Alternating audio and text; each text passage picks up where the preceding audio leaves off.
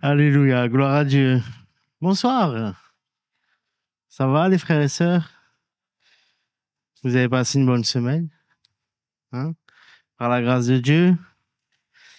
Amen, amen, amen, amen. Ah. Du coup, j'aimerais ce soir, avec vous, peut-être commencer en nous posant une question ensemble. Et la question, ça serait, quel est l'objectif de Dieu? Ok, que tous les hommes soient sauvés. Est-ce que quelqu'un d'autre a autre chose à dire? Oui. Qu'on soit guéri, ok. Qu'il soit avec nous, ok. Qu'on fasse sa volonté, ok. Un jour qu'on se retrouve tous ensemble avec lui, qu'on soit heureux. Que nous l'adorons, ok. Que dans l'obéissance, nous rentrons dans les projets qu'il a pour nous pour que nous soyons heureux. C'est très précis. Ok. C'est bon? Mais en fait, je pense que tout le monde ajuste, mais peut-être pour résumer cela, quel est l'objectif de Dieu? Ben, c'est d'avoir une relation avec nous. C'est qu'on soit ensemble. Et pour être avec quelqu'un, il faut avoir une relation, il faut se voir. Et tout le monde sait, alors, les petits jeunes, lorsqu'ils sont amoureux, tout ça, ils se donnent des rendez-vous, il a des lieux de rencontre, ce genre de choses, tout ça. Pour ceux qui sont célibataires, ben écoutez, Dieu pourvoira pour vous, amen. Et pour ceux qui ont été en couple, qui sont mariés ou tout ça, ben voilà, il a bien eu un moment, une rencontre, il a bien eu un endroit, tout ça. Et Dieu, donc, il veut vraiment une relation avec chacun d'entre nous. Amen. C'est vraiment l'objectif. Lorsque je lis la Bible, et ce soir, on va essayer de parcourir un peu plusieurs époques, et on va voir que c'est la même chose en fait que Dieu a comme désir, c'est d'avoir une relation avec l'homme, avec la femme, avec sa création. Et c'est pas seulement comme on peut entendre des fois des gens qui vont avoir une certaine croyance en Dieu, mais qui vont se dire ben Dieu, il a créé la terre, c'est vrai, il a créé l'homme, mais il s'est détourné de sa création. Je sais pas si vous avez déjà entendu ce genre de paroles, mais c'est des choses que l'on entend. Il y a des gens qui pensent ça et pourtant c'est totalement l'inverse, quoi. Dieu, il a créé, mais Dieu, il ne s'est jamais détourné de sa création. Et on verra ensemble ce soir parce que Dieu, il a cet amour parfait pour nous. Et déjà, c'est quelque chose qui réjouit notre cœur de se savoir aimer, n'est-ce pas? Est-ce que, je sais pas pour vous, de vous savoir aimer, c'est toujours plaisant? Enfin, moi, je suis heureux lorsque je me sais aimer. Alors, des fois, on aimerait que des gens nous aiment. Ben non. Et c'est comme ça. On peut pas plaire à tout le monde, on peut pas être aimé de tous, mais nous sommes aimés de Dieu et ça, c'est exceptionnel. Et ça change vraiment notre vie, ça nous donne le boost de pouvoir avancer et faire les choses. Et on va commencer donc, je vais vous parler de plusieurs lieux de rencontre avec Dieu à travers l'histoire. Et le premier, c'est dans la Genèse au chapitre 2, et je pense que vous vous en doutez. Et donc l'Éternel Dieu façonna l'homme avec la poussière de la terre. Il insuffla un souffle de vie dans ses narines, et l'homme devint un être vivant. Et l'Éternel Dieu planta un jardin en Éden. Du côté de l'est, il y mit l'homme qu'il avait façonné. L'Éternel Dieu fit pousser du sol des arbres de toutes sortes, agréables à voir et porteurs de fruits bons à manger. Il fit pousser l'arbre de la vie au milieu du jardin, ainsi que l'arbre de la connaissance du bien et du mal. Un fleuve sortait d'Éden pour arroser le jardin, et de là il se divisait en 4 bras. Et la première chose que Dieu a fait, c'est de mettre un jardin particulier, le jardin d'Éden, qui veut dire donc l'endroit des délices, le jardin des délices, vous savez, des choses merveilleuses. Et Dieu a créé cet endroit spécial pour y mettre l'homme. On connaît l'histoire et on voit que lorsque Adam et Ève, ils ont péché, il est dit que Dieu, le soir, parcourait le jardin à la recherche. Et on voit que c'était donc un lieu de rendez-vous. Le jardin d'Éden était un lieu de rendez-vous entre le Dieu Tout-Puissant, le Dieu Créateur et sa création, Adam et Ève. Et c'était un lieu de rencontre fabuleux, merveilleux. Et on peut voir un peu plus loin dans l'histoire. Et j'ai pris ce passage et au début, ça va pas être très clair pourquoi il y a ce passage. Mais par la grâce de Dieu, si le Saint-Esprit il m'aide vraiment et que je lui laisse toute la place, à la fin du message, on comprendra pourquoi il y a le passage qui suit, d'accord? Et c'est donc dans Genèse chapitre 3, versets 20 à 24. L'Éternel Dieu fit des habits en peau pour Adam et pour sa femme, et il leur mit. L'Éternel Dieu dit, voilà que l'homme est devenu comme l'un de nous pour la connaissance du bien et du mal. Maintenant, empêchons-le de tendre la main, de prendre aussi du fruit de la vie, d'en manger et de vivre éternellement. Ainsi, l'Éternel Dieu le chassa du jardin d'Éden pour qu'il cultive la terre d'où il avait été tiré. Après avoir chassé Adam, il posta à l'est du jardin d'Éden des chérubins qui agitent une épée flamboyante pour garder le chemin de l'arbre de vie. Et dans ce texte-là, donc sans trop le commenter peut-être pour le moment, on connaît l'histoire, c'est l'homme et la femme ont péché, ont chuté. Ils ont fait ils ont désobéi, en fait. Ils ont fait ce que Dieu leur avait dit de pas faire. Ils se sont laissés tenter, ils se sont laissés avoir. Et ça a créé quelque chose que ce lieu qui était merveilleux, ce lieu de rencontre, il n'a pas pu perdurer comme lieu de rencontre parce que Dieu n'accepte pas n'importe quoi dans sa présence. Et je pense qu'on est tous d'accord avec ça. Dieu, c'est un Dieu qui est amour. Mais c'est un Dieu qui est saint et il pouvait pas accepter le péché, il pouvait pas accepter la désobéissance. Donc, il les a chassés, mais remarquez qu'ils étaient nus, qu'ils ont essayé de se couvrir, mais Dieu leur a quand même fait des habits. Dieu a quand même pris soin d'eux et c'est encore une marque d'amour qu'on peut voir du Seigneur. Et tout au long des événements qu'on va voir ce soir, même si c'est un peu des événements douloureux comme celui-là, mais on voit quand même l'amour de Dieu qui est derrière. Parce que des fois, Dieu, il peut nous réprimander, il peut nous punir, enfin, vous avez compris, il peut nous reprendre, mais derrière, il a toujours un amour. Parce que c'est pour notre bien. Et depuis peu que je connais le rôle d'être un papa, je comprends cela, que des fois, on va reprendre son enfant, mais c'est pour son bien. Et même si l'enfant ne comprend pas, même si il pleure, c'est dur pour lui, c'est pas ce qu'il aurait voulu, c'est pour son bien parce qu'on sait des choses que lui ne sait pas. Parce qu'on a plus d'expérience, plus de choses. Alors imaginons Dieu. Il sait des choses que nous ne savons pas. Et des fois, il va nous reprendre et ça va nous faire mal. Ça va peut-être même blesser notre ego, blesser des tas de choses qu'il y a en nous, mais c'est pour notre bien, parce que Dieu, il est un Dieu d'amour. Et suite donc à cet épisode-là, donc au jardin d'Éden, ce lieu de rencontre, il y a eu diverses manifestations de Dieu, mais il n'y avait pas de lieu de rencontre vraiment avec le Seigneur, vous savez. Et c'était pas à cet endroit-là, il y a Dieu.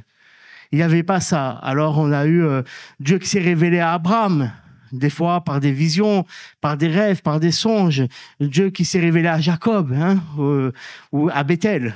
Donc, toutes ces choses-là, Dieu, des fois, se révélait aussi à travers des hommes. On a le cas de Melchisédek. Dieu est venu à travers Melchisédek, qui était un homme, je suis pas en train de dire qu'il est Dieu, attention, et voilà, il a donné la volonté de Dieu, il était un prophète, donc voilà, mais il n'y avait pas un endroit où les hommes pouvaient se réunir et rechercher Dieu. À un moment, les hommes ont voulu faire un endroit pour se réunir, mais c'était pas pour rechercher Dieu, c'était pour défier Dieu. C'était à la tour de Babel. Et là, donc, pareil, il y a eu un jugement de Dieu. Il y a eu une punition de Dieu, mais c'était pour leur bien, n'est-ce pas? Et donc, à travers tous ces moments-là, il y avait vraiment pas d'endroit pour se réunir, mais Dieu avait un projet. Dieu avait un projet. Et peut-être la difficulté que nous, on peut avoir, c'est que le temps paraît très long pour nous, n'est-ce pas? Hein, c'est long pour nous. Mais une vie pour nous, elle est longue. 80 ans, 60 ans, 70 ans, 60 ans, 70 ans, ben c'est toute une vie. Pour nous, on espère des choses et on veut voir les choses vite. Mais Dieu, lui, il mesure pas le temps de la même manière. Pour lui, les choses, elles vont vite aussi. C'est juste que c'est pas le même temps que nous. Et Dieu avait un projet d'avoir une nation et de pouvoir que ça soit une nation témoin. Et donc, il se passe toutes les histoires que vous connaissez. Joseph qui part en Égypte, l'esclavage durant tant et tant d'années. Et au bout d'un moment, un enfant naît, qui est Moïse. Et Dieu, il voit, il dit, là maintenant, c'est le temps. Là, c'est le temps pour que de cette promesse que j'ai faite à Abraham, qu'il y ait un peuple nombreux qui vienne de lui, et qu'il soit le père d'une multitude, le père d'une nation, et que cette nation soit une nation qui va bénir les autres nations. C'est dans la promesse que Dieu a faite. De toi naîtra une nation qui va bénir la terre, qui va bénir cette nation. Il est temps que cela s'accomplisse. Et Dieu, il va se révéler à Moïse, et on connaît peut-être, on va pas lire ce texte-là parce que sinon ça va être vraiment trop long, et j'ai pas envie, j'en vois déjà certains qui sont comme ça et tout. J'ai envie de vous rester éveillés ce soir. Donc je vais vous épargner trop de textes, même s'il y en a beaucoup, mais on voit ça dans Exode 19, Moïse qui voit un buisson ardent. Et Dieu va se révéler comme ça à Moïse. Et voilà, Moïse va retourner en Égypte et il va avoir les 10 plaies, les 10 plaies. Le peuple va être libéré et le peuple va être dans le désert. Et je corrige ce que j'ai dit, c'était pas Exode 19, parce que Exode 19, ça va être juste là. C'est lorsque Dieu donne un rendez-vous au peuple au mont Sinaï.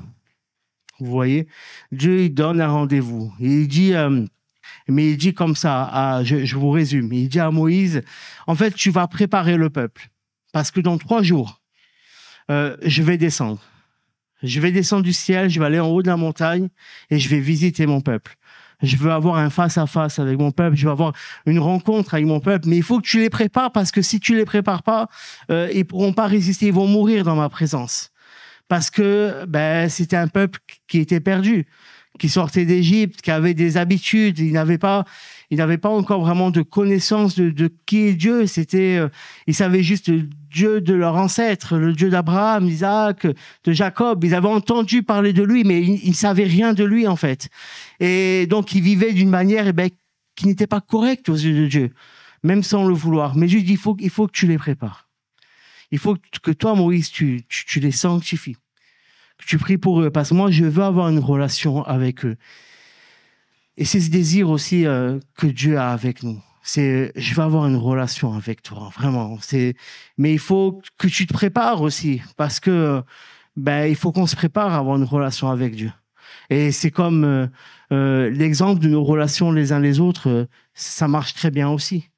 Je peux pas débarquer chez quelqu'un que je ne connais pas. Peut-être que je connais de vue et j'arrive chez la personne, je tape, je rentre, je m'assois. Non, il faut avoir une relation avec les gens. Il faut apprendre à se connaître. Il faut faire des efforts. Et il faut se préparer aussi. Lorsque je vais quelque part, je me prépare, je me renseigne. Si je suis invité à dîner, à déjeuner chez quelqu'un, je ramène. Enfin, vous voyez, j'arrive pas avec mes chaussons et mon pyjama, quoi. Enfin, façon de parler, hein, vous avez compris. Même si le terme de préparer dans le texte, c'est une préparation spirituelle, c'est de l'âme, c'est une purification. Et le peuple a eu peur. Parce que le peuple n'était pas prêt, il a eu peur, il a entendu le grondement, le tonnerre, parce que lorsque Dieu arrivait, il avait un bruit de trompette qui était forte et c'était assez choquant. Je ne sais pas, nous on lit le texte et on se dit ouais, mais mettons-nous à leur place. Si là on nous dit on a rendez-vous avec Dieu et la manifestation qu'on a, c'est une montagne où il y a du bruit, où il y a du tonnerre, des éclairs, toutes ces choses, on va avoir peur. Et ils ont désigné Moïse. Mais Moïse, Dieu, il s'est pas découragé. Et ça aussi, c'est bon, et je veux nous le rappeler. Dieu ne se décourage pas de nous tendre la main. Dieu ne se décourage pas de nous donner des secondes chances, des 99e chances, des millièmes chances, peu importe. Parce que Dieu, il a toujours cette main tendue vers nous. Il a toujours, parfois en nous, je n'irai pas jusque-là, mais son amour est toujours tendu, sa main est toujours vers nous pour qu'on puisse la saisir. Il n'est pas découragé. Nous le sommes facilement. Ah Seigneur, j'ai encore fait ça, Seigneur. J'ai encore péché, j'ai encore dit du mal de quelqu'un, j'ai encore, peu importe, vous savez, toutes les choses auxquelles on est tous confrontés, on va pas se mentir. Et j'en ai marre de moi, mais Dieu il dit non, moi j'en ai pas marre de toi. Je veux plus que tu fasses ça, mais j'en ai pas marre de toi. Repens-toi. Je tends ma main vers toi. Et Dieu donc avait un projet. Il a commencé sur la montagne avec Moïse à lui dire le projet qu'il va avoir. Écoute Moïse. Ok, le peuple il n'est pas monté. Et dans un sens c'est très bien qu'il soit pas monté. Sinon beaucoup trop allaient mourir. Mais on va faire autrement. Tu vois? Et il a commencé à lui montrer des objets, à lui montrer des choses, à lui donner des instructions. Et vous voyez où c'est que je veux en venir. Il est en train de lui montrer le tabernacle. C'est l'endroit où plus tard, et on va parler du tabernacle un peu plus loin, où on rencontre Dieu, où il se passe quelque chose. Dieu est en train de donner à Moïse, voilà, je veux avoir une relation avec mon peuple. Et voilà, ça va se faire comme ça. Parce que avant la montagne, ça n'a pas marché. Mais c'est pas grave, je trouve autre chose. Et vous savez, et lorsque Dieu était en train de, j'ouvre cette parenthèse, lorsque Dieu était en train de conduire Moïse, de lui donner la vision d'avoir une relation avec lui, le peuple était en train de faire un veau d'or. Le peuple était en train d'être découragé. Le peuple était en train de faire ça. Et bien souvent, c'est la même chose. Bien souvent, Dieu va donner une vision. Dieu a des projets merveilleux. Mais l'adversaire entend. Ah, le Seigneur, il a parlé. Le Seigneur, il a parlé sur sa vie, à elle, à lui. J'ai entendu les promesses. Ben moi, je vais aller pour essayer de déstabiliser, pour essayer de saboter tout cela. Et le peuple est tombé dans ce piège-là. Mais bon, c'est pas le sujet, mais c'est un encouragement pour vous dire que lorsque Dieu a une promesse pour vous, lorsque Dieu a une guérison pour vous, pourquoi vous êtes attaqué? Pourquoi derrière il se passe des choses comme ça? Parce que l'adversaire il veut pas qu'on garde, il veut pas qu'on tienne les promesses de Dieu. Et s'il peut détruire cela, il le fera. Mais nous on doit avoir foi dans le Seigneur, foi dans la promesse. Amen. Et donc le temps a passé et voici que le peuple a commencé à mettre en place tout ce qui concernait le tabernacle, donc ou la tente de la rencontre. Donc ça porte bien son nom, c'est l'endroit où Dieu allait se manifester. C'est l'endroit où, lorsqu'ils étaient dans le désert, parce qu'il fallait que ça soit démontable, remontable, parce qu'il bougeait, où il y allait, si tu voulais un rendez-vous avec Dieu, eh ben tu te mettais devant cette tente-là, et là il y avait la présence de Dieu qui était là, parce que voilà, depuis le début c'est la même chose. Dieu cherche un endroit, une relation. Dieu cherche un lieu pour avoir une relation avec sa création. Et on va lire quelques passages dans le livre d'Exode. Donc, tu peux prendre à partir d'Exode 26-30, s'il te plaît. Et donc, c'est Dieu qui parle à Moïse et il dit « Tu dresseras le tabernacle d'après le modèle qui t'est montré sur la montagne. » Donc, vous voyez, c'était là. Dieu est en train de lui montrer une vision et de lui dire « Voilà comment tu vas faire. Tu mettras le propitiatoire sur le coffre et tu mettras dans cette arche le témoignage que je te donnerai. C'est là que je te rencontrerai, du haut du propitiatoire entre les deux chérubins placés sur l'arche du témoignage. Je donnerai tous mes ordres pour les Israélites. » C'était un endroit aussi de d'instruction. Parce que lorsque Dieu, dans la relation que Dieu veut avec nous, c'est pas une relation stérile. Tu sais, des fois, il peut y avoir des relations, c'est des relations stériles, quoi. C'est des relations où il y a rien qui se partage et tout. Mais Dieu, il a des conseils, il a des instructions. C'est la relation qu'il a avec nous, c'est pour qu'elle porte du fruit. C'est pour que elle puisse faire nous changer, nous améliorer, nous mettre sur le bon chemin. Exode 33 aussi. Moïse prit la tente et la dressa à l'extérieur du camp, à une certaine distance. Il l'appela tente de la rencontre. Tous ceux qui consultaient l'Éternel allaient vers la tente de la rencontre à l'extérieur du camp. Lorsque Moïse se rendait à cette tente, tout le peuple se levait. Chacun se tenait à l'entrée de sa tente et le suivait des yeux jusqu'à ce qu'il ait pénétré dans la tente. Lorsque Moïse avait pénétré dans la tente, la colonne de nuée descendait et s'arrêtait à l'entrée de la tente.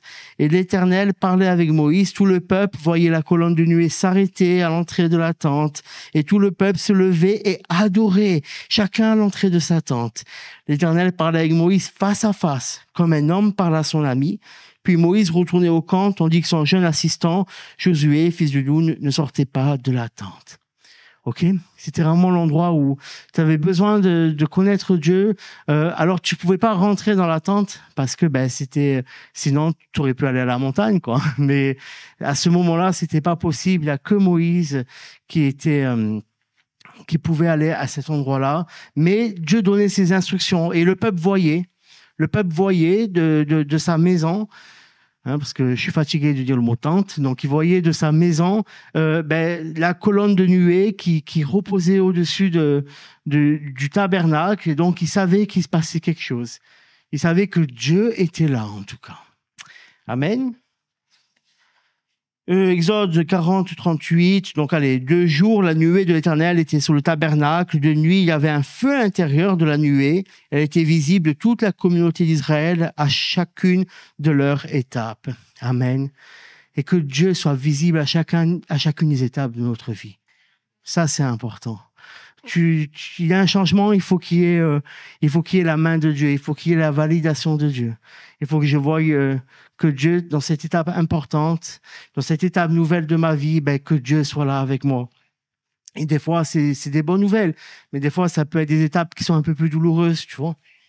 Ça peut être la perte d'un emploi, la perte d'un être cher, des choses qui nous touchent, qui nous font du mal, mais pourtant, malgré cela, malgré ces difficultés, malgré ces souffrances, sachez que Dieu est présent aussi dans ces moments-là. Amen. Et le dernier texte pour l'attente de la rencontre. Donc, c'est Exode, c'est mis sur la page 27, 13 à 16. Du côté est, sur les 25 mètres de largeur du parvis, il y aura 7 mètres et demi de toile pour une aile, avec 3 colonnes et leurs 3 bases, et 7 mètres et demi de toile pour la seconde aile, avec 3 colonnes et leurs 3 bases. Pour la porte du parvis, il y aura un rideau de 10 mètres bleu, pourpre et cramoisi, avec de fin lin retors, un ouvrage de broderie avec 4 colonnes et leurs 4 bases. Voilà. Pareil, ce texte-là, on peut se dire qu'est-ce que ça a à voir, mais ça a à voir, et on en parlera tout à l'heure, d'accord? Ça a à voir. C'est comme l'autre texte dans le Jardin d'Éden. C'est la même chose. Et on va avancer, si vous êtes d'accord, un peu plus loin. Donc, le peuple, il a conquis la terre promise. Avec Josué, il a pris possession des terres, il s'est installé et la tente de la rencontre était là, elle ne bougeait pas et il s'est passé toute l'époque des juges, l'époque du roi Saül et voici que David arrive au pouvoir et c'est merveilleux parce que David, lui, il a vraiment un cœur à part. La Bible dit qu'il avait homme selon le cœur de Dieu, vous voyez. Et on voit dans sa vie, malgré ses échecs, ses péchés, tout ça, il a toujours eu ce cœur qui était un cœur pour le Seigneur. Et on va afficher 2 Samuel 7, 2, qui nous dit, le roi dit au prophète Nathan, donc David dit au prophète, vois donc, j'habite dans une maison en cèdre, tandis que l'arche de Dieu est installée au milieu d'une tente. Et David a eu dans son cœur ce désir de dire, mais ok, le tabernacle, c'est magnifique. C'est Dieu qui a donné à Moïse. Mais c'était aussi le temps qui devait être mobile. C'était le temps qu'on fasse la conquête. C'était le temps qu'on soit dans le désert. Mais maintenant, nous sommes installés. Maintenant, la promesse que Dieu a faite à Abraham, lorsqu'il a dit « Regarde Abraham, regarde au nord, au sud, à l'est, à l'ouest. Tout ce que tu verras, je te le donnerai à toi et ta descendance. » Ben, c'est accompli. Canaan est à nous. La terre promise est à nous. Maintenant, ben, j'ai envie, David s'est dit comme ça, j'ai envie d'offrir à Dieu quelque chose quand même pas de mieux, mais autre chose. Quelque chose qui a plus, à ses yeux humains, comprenez, plus de valeur. Le meilleur pour Dieu. Et David avait ce cœur-là. Homme selon le cœur de Dieu, c'est aussi vouloir le meilleur pour Dieu. C'est lorsqu'on offre à Dieu, on offre le meilleur. Lorsqu'on offre son service dans l'église, ben on offre le meilleur de nous. On essaye en tout cas, d'accord? On essaye. On n'arrive pas toujours, mais par la grâce de Dieu, le Seigneur, il nous change et on essaye. Et donc, David ne pouvait pas construire le temple. Bon, vous connaissez l'histoire parce qu'il avait versé beaucoup de sang, mais Dieu lui a dit, écoute, ce que tu as dit, ton fils, il accomplira. Ton fils, il me construira un temple, mais sache aussi que le trône ne quittera jamais ta maison. Et Dieu a fait une promesse merveilleuse à David. Et donc, 2 Chroniques 1,18, Salomon, donc fils de David, ordonna que l'on construise un temple pour l'Éternel et un palais pour lui-même. On peut passer aussi à l'autre passage de 2 Chroniques que j'ai mis. Salomon donna ses ordres à tout Israël, aux chefs de milliers et de centaines, aux juges, aux princes de tout Israël, aux chefs de famille. Et il rejoignit avec toute l'assemblée le haut lieu qui se trouvait à Gabaon. Là se trouvait la tente de la rencontre, fabriquée dans le désert par Moïse, le serviteur de l'Éternel. Quant à l'arche de Dieu, elle avait été transportée par David de Kirjath-Jéarim, à l'emplacement qui avait été préparé. Il avait en effet dressé une tente pour elle à Jérusalem. Là se trouvait aussi devant le tabernacle de l'Éternel l'autel de bronze qu'avait fabriqué Bethsaleel, fils d'Uri, petit-fils de Hur.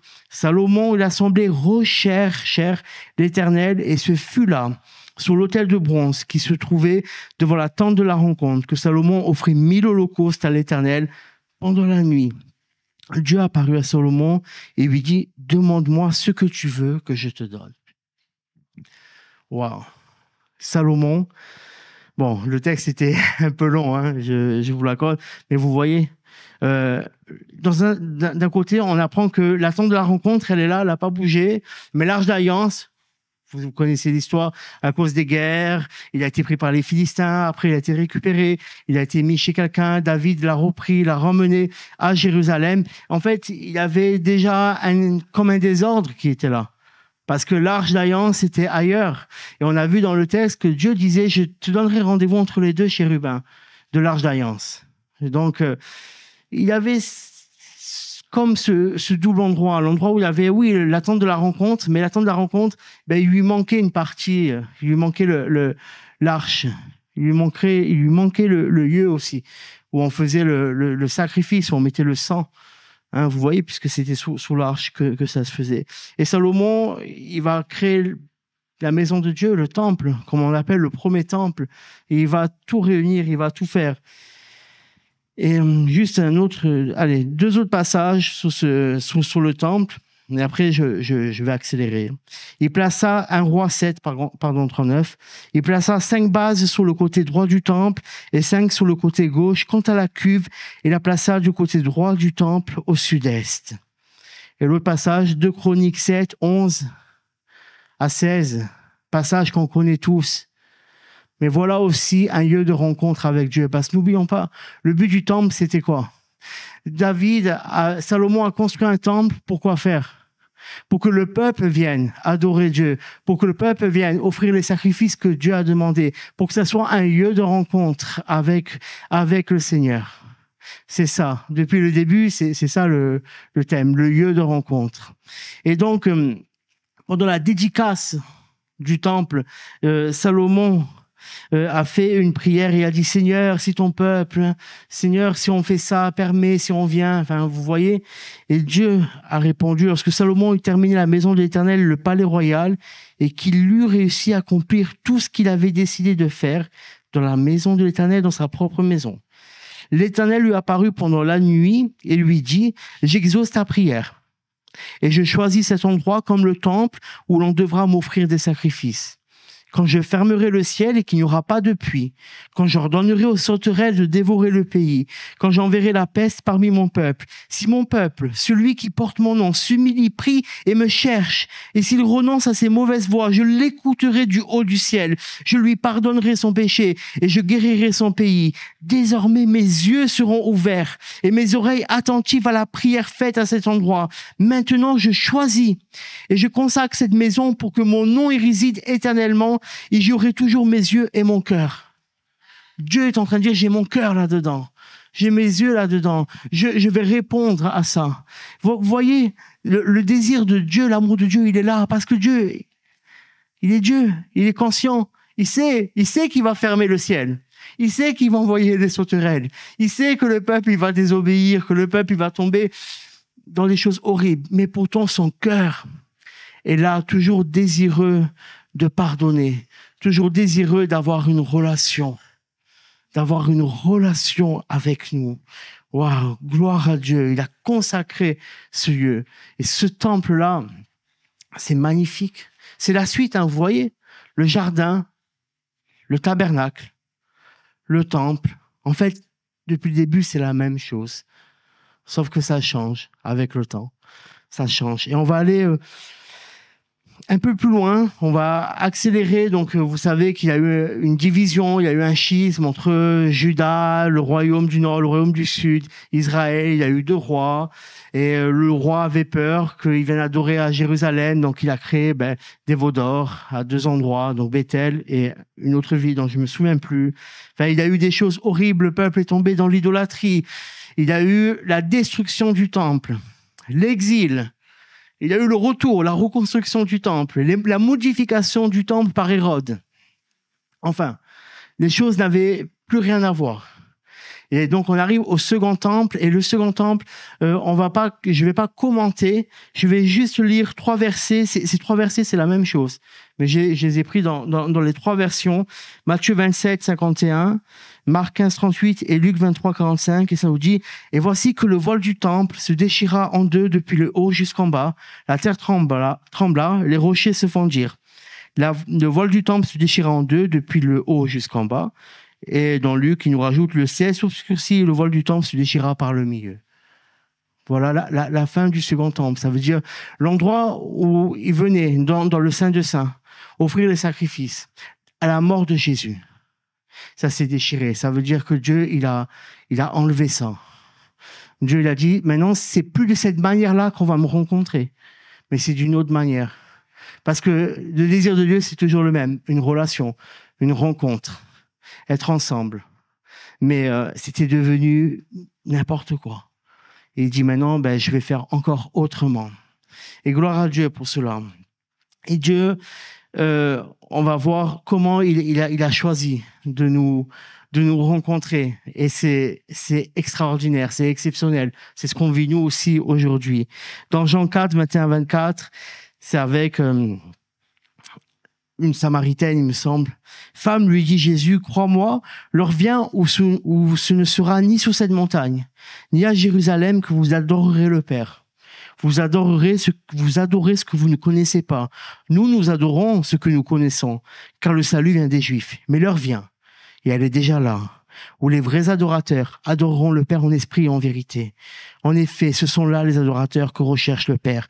Dieu est esprit, et il faut que ceux qui l'adorent en esprit et en vérité. » Voilà comment Dieu a choisi. Il a dit maintenant, ça va plus être un endroit particulier, mais ça va être en esprit, de façon individuelle.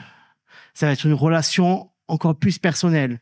Parce qu'avant, la relation, elle était à travers qui? À travers le souverain sacrificateur, à travers les prophètes. Et même si le peuple avait une relation en respectant les règles, les lois, les fêtes, vous savez, des fêtes de l'Éternel, où qui venaient, qui offraient des sacrifices, leur cœur n'était pas totalement attaché à Dieu. Ils ne connaissaient pas vraiment Dieu, même s'ils avaient des écrits de l'époque. C'était compliqué, mais Dieu dit maintenant, on va faire autrement. Alléluia. 1 Corinthiens 3,16. Ne le savez-vous pas que vous êtes le temple de Dieu et que l'Esprit de Dieu habite en vous? Aujourd'hui, ce fameux temple, comme on a vu, le tabernacle, le jardin, ce lieu de rencontre où Dieu venait, Dieu il veut résider carrément en nous, dans notre cœur par le Saint-Esprit. Là, c'est merveilleux. C'est nous le temple. C'est nous qui avons la relation directe que Moïse avait avec Dieu comme un ami. Et c'est même pas et c'est ça qui est beau, vous voyez, j'ouvre cela. À l'époque, il fallait attendre que la nuée vienne sur la tente de la rencontre. Et là, ça voulait dire que Dieu veut te parler. Mais aujourd'hui, c'est pas comme ça. Des fois, le Saint-Esprit va venir et tu sens que tu dois prier. Mais des fois, c'est tout simplement juste toi qui veux parler à Dieu. C'est toi qui te mets dans la tente et c'est Dieu qui vient pour avoir une relation avec toi, pour être avec toi. C'est à tout moment. C'est exceptionnel. 1 Corinthiens, chapitre 6, versets 19-20. C'est la même chose. Ne le savez-vous pas?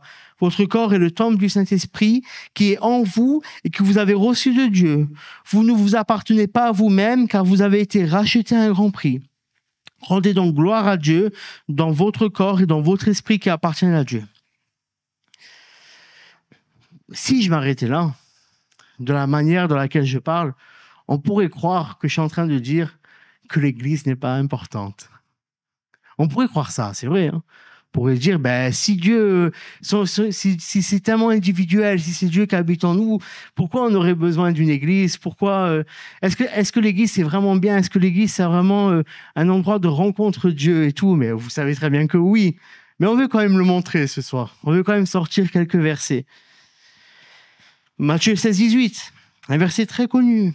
Et moi, je te le dis que tu es Pierre, et que sur ce rocher, je construirai mon église, et les portes du séjour des morts ne l'emporteront pas sur elle. Matthieu 18-20, encore mieux, celui-là, je sais pas vous, mais j'aime le dire souvent. En effet, là 2 ou 3 sont rassemblés en mon nom, je suis au milieu d'eux. C'est Jésus qui parle.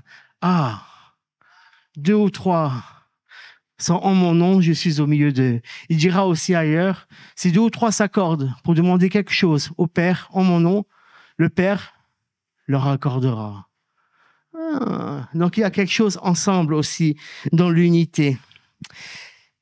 Verset aussi exceptionnel dans le livre des Actes. Ils persévéraient dans l'enseignement des apôtres, dans la communion fraternelle, dans la fraction du pain et dans les prières. La crainte s'emparait de chacun. Il se faisait beaucoup de prodiges et de signes miraculeux par l'intermédiaire des apôtres. Tous ceux qui croyaient étaient ensemble. Et ils avaient tout en commun. Ils vendaient leurs propriétés et leurs biens. Et ils ont partagé le produit entre tous, en fonction des besoins. Chaque jour, avec persévérance, ils se retrouvaient d'un commun accord au temple. Ils rompaient le pain dans les maisons. Ils prenaient leur nourriture avec joie et simplicité de cœur.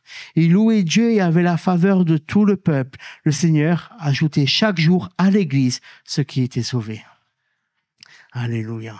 Et il y a quelque chose, c'est en le lisant que j'ai jamais fait attention à ça, mais avec joie et simplicité de cœur. C'est quelque chose peut-être que dans notre société moderne, un peu européenne, tout ça, on a perdu beaucoup de ça, peut-être de joie et de simplicité. Mais si on réfléchit, c'est ça. C'est ça. Avec joie. Lorsque je viens à l'église, je viens avec joie et simplicité, avec humilité, avec je vais retrouver mes frères et sœurs. On va se retrouver ensemble, on va pouvoir être ensemble. Et donc, une grande partie du Nouveau Testament, la plupart des épîtres, c'est des épîtres à des églises.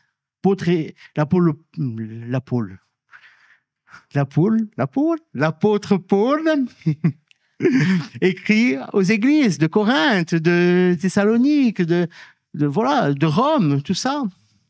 L'apôtre Pierre et l'apôtre Jean écrivent à l'église aussi, de façon plus généraliste.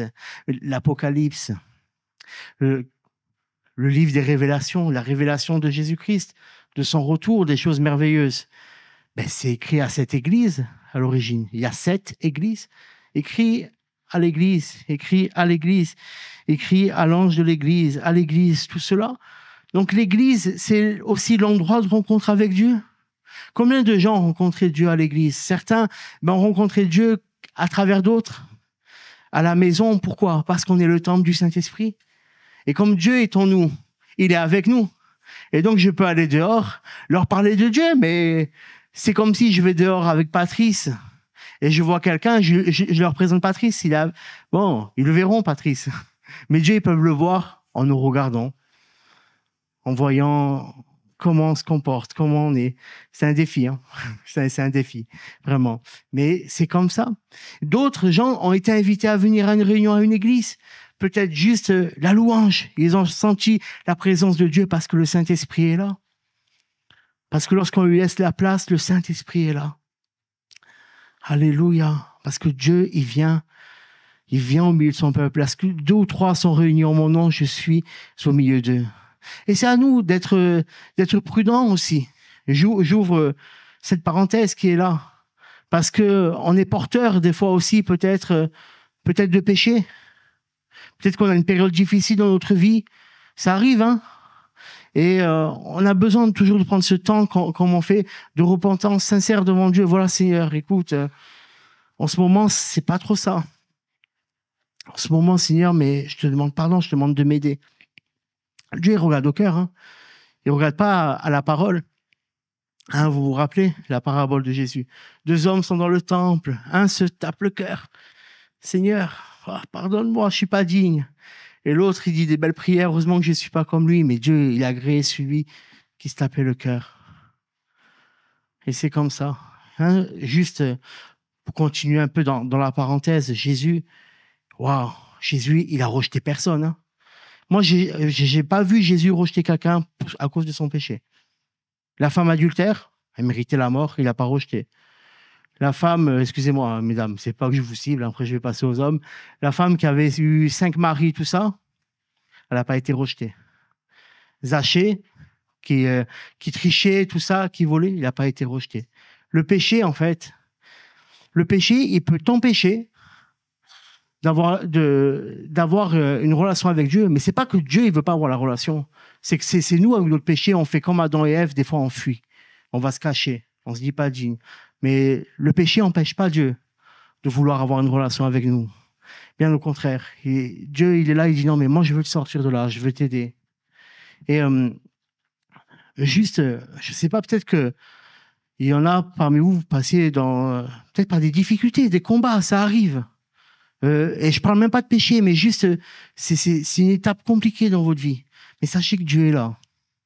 Peut-être même que des fois, on va prier, on va pas sentir la présence de Dieu. C'est vrai. On ressent pas toujours la présence de Dieu. Ça veut pas dire qu'il est pas là. Dieu est là. Dieu est là. Dieu était avec Job. Tout au long de son malheur, Dieu était avec Job. Quand le sort s'acharnait sous Job, parce que le diable envoyait les choses contre Job et que Dieu permettait que ces choses atteignent Job, mais Dieu, il était là. Il n'a pas abandonné Job. C'est pareil. Dans ta vie, peut-être que c'est un moment difficile et on ne sait pas pourquoi. Dieu le sait. Moi qui suis là, je ne sais pas. Mais je sais une chose, c'est que Dieu est là. Dieu est là. Et à un moment, si on a confiance en Dieu, et si on sait qu'il est là, la situation, elle va changer. Parce que Dieu, il va pas permettre que les choses continuent indéfiniment non plus. Il prend pas plaisir à notre malheur, loin de là. Il va mettre sa main dessus. Parce que Dieu est aussi le Dieu de victoire. Il a triomphé sur la croix. Jésus a triomphé pour nous. Pour nous. Donc la foi en Dieu. Juste vous encourager là, dans cette parenthèse. Ayez la foi en Dieu. Dieu est là. Et le dernier lieu, parce que l'Église n'est pas le dernier lieu de rencontre avec Dieu. Il y en a encore un tout dernier. C'est le dernier temple. C'est celui qui est à venir, qu'on ne voit pas. Et j'arrive vers la fin de ce message. Et donc, Ézéchiel 43, il me conduit à l'entrée, à celle qui était orientée à l'est. J'ai vu la gloire du Dieu d'Israël venir depuis l'est. Sa voix était pareille au bruit des grandes eaux, et la terre resplendissait de sa gloire. Cette apparition était semblable à celle que j'avais vue lorsque j'étais venu pour détruire la ville. Elle ressemblait à la vision que j'avais eue près du fleuve Kébar. Alors je suis tombé le visage contre terre. La gloire de l'Éternel a pénétré dans le temple, en passant par l'entrée qui était orientée à l'est. L'Esprit m'a alors enlevé et m'a conduit dans le parvis intérieur. J'ai vu que la gloire de l'Éternel remplissait le temple. Ça, c'est une vision qu'a Ézéchiel du temple à venir. On va voir encore. Mais là, je ne sais pas si vous avez remarqué, que ce soit dans le jardin d'Éden, dans le tabernacle, dans le premier temple, le temple de Salomon, et dans le dernier temple, l'entrée, elle est toujours à l'est. L'entrée est toujours à l'est. Et c'est pour ça que... Et alors, il y a des théologiens qui disent ça, et je ne vais pas dire ça parce que je ne suis pas théologien, et je n'ai pas la profonde conviction de ça, mais ça peut être une possibilité. Il y en a qui disent que le jardin d'Éden, c'était le premier temple que Dieu a fait, en fait. Mais dans l'idée du temple, qui est un lieu de rencontre, ben c'est vrai. Et Dieu, la première chose qu'il a fait, c'est je crée et je mets un lieu à part, un lieu de rencontre. Un lieu de rencontre. On va voir aussi Ézéchiel 44. Et j'accélère, je vais faire que vous lire des textes, là, pour aller à la fin. Puis l'homme m'a ramené du côté de l'entrée extérieure du sanctuaire, qui était orientée vers l'est, mais elle était fermée. Alors l'Éternel m'a dit, cette entrée restera fermée, elle ne s'ouvrira plus, et plus personne n'y passera, car l'Éternel, le Dieu d'Israël, est entré par là, elle restera fermée. En ce qui concerne le prince, étant le prince, il pourra s'y asseoir pour manger devant l'Éternel. Il y entrera en passant par le vestibule de l'entrée et il sortira par le même chemin. C'est pour ça qu'on dit que dans le retour de Jésus, il va rentrer, vous savez, on dit par le mont des Oliviers, tout ça par l'entrée est, en fait, du temple. Parce qu'il y a cette prophétie-là. Le prince, ça représente Jésus dans le texte. Mais je vous laisserai lire. Il faut lire Ézéchiel du chapitre 40 au chapitre 48 pour avoir tout le contexte. Ensuite, l'homme m'a fait revenir vers la porte du temple. J'ai vu que de l'eau sortait sous le seuil du temple à l'est, car la façade du temple était orientée à l'est. L'eau descendait sur le côté droit du temple, au sud de l'autel. Puis il m'a fait sortir par la porte nord et m'a fait faire le tour par dehors jusqu'à la porte extérieure qui est orientée à l'est. J'ai vu que l'eau coulait du côté droit. Dans le jardin d'Éden, à l'est du jardin, avait un fleuve qui après s'est transformé en 4 bras. C'était, vous voyez l'image en fait du jardin et du dernier temple. Dans un sens, le premier lieu de rencontre et le dernier lieu de rencontre sont très similaires en fait. Le long du torrent, on continue sur le même chapitre, juste parce que ce verset il est trop beau. Le long du torrent, sous chaque côté de ses rives, pousseront toutes sortes d'arbres fruitiers. Leur feuillage ne se flétrira pas et ils ne cesseront jamais de porter du fruit. Ils donneront du fruit tous les mois parce que l'eau qui les arrose sort du sanctuaire. Leurs fruits serviront de nourriture et leurs feuilles de remède. Amen. Et le dernier texte qui est dans Apocalypse, qui nous présente aussi le dernier temple. Apocalypse 21 et 22, donc les versets. Il me transporta en esprit sur une grande et haute montagne et me montra la ville sainte, Jérusalem, qui descendait du ciel d'auprès de Dieu. Elle rayonnait de la gloire de Dieu. Son éclat ressemblait à celui d'une pierre très précieuse, une pierre de jaspe, transparente comme du cristal. Elle était entourée d'une grande et haute muraille avec 12 portes. Et à ces portes, 12 anges. Des noms y étaient inscrits, ceux des 12 tribus d'Israël. Et il y avait à l'est 3 portes, au nord 3 portes, au sud 3 portes et à l'ouest 3 portes. La muraille de la ville avait 12 fondations qui portaient les noms des 12 apôtres de l'agneau. Celui qui me parlait avait pour mesure un roseau d'or afin de mesurer la ville, ses portes. Bon, je vais avancer. Alors, on va avancer un peu plus loin. Et on va prendre la partie « Je ne vis pas de temple dans la ville, car le Seigneur, le Tout-Puissant, est son temple, ainsi que l'agneau. La ville n'a besoin ni de soleil, ni de la lune pour s'éclairer, car la gloire de Dieu l'éclaire, et les portes ne seront pas fermées de toute la journée, car il n'y aura plus de nuit. On y apportera la gloire et l'honneur des nations. Il n'y entrera chez elles rien de souillé, ni personne qui se livre à des pratiques abominables et aux mensonges. Il n'y entrera que ceux qui sont inscrits dans le livre de vie de l'agneau. » Amen. Il y a 12 portes qui portent le nom de 12 tribus, une pour chaque porte. Et le dernier texte, Apocalypse 22, versets 1 à 5. Il me montra le fleuve d'eau de la vie, limpide comme du cristal qui sortait du trône de Dieu et de l'agneau. Au milieu de la place de la ville et entre les deux bras du fleuve se trouvait l'arbre de vie qui produit 12 récoltes. Il donna son fruit chaque mois et ses feuilles servent à la guérison des nations.